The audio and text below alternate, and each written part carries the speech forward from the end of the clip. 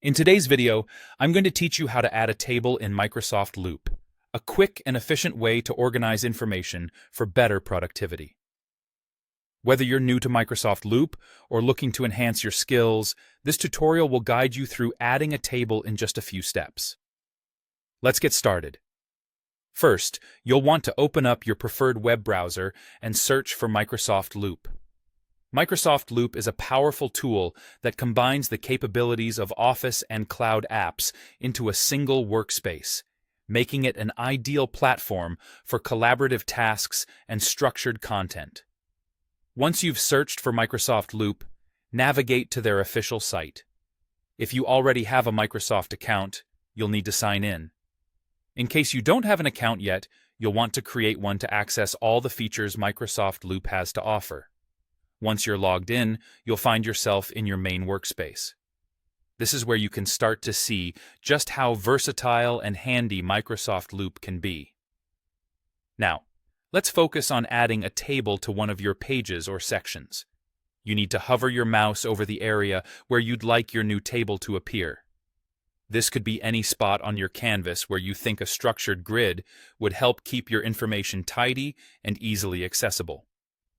When you do this, a set of options will appear, one of which is Table. Go ahead and select Table to insert a basic grid into your document.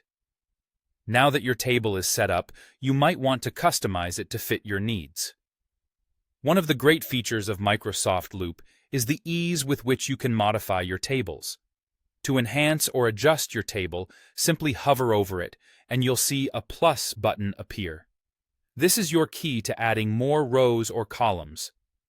Whether you're working on a project plan, inventory list, or even a team roster, the ability to extend your table makes organization a breeze. By clicking on the plus button, you can add rows to fill out your list further, or columns if you need to track additional information. Alternatively, if you prefer using the right-click menu, that option is available as well.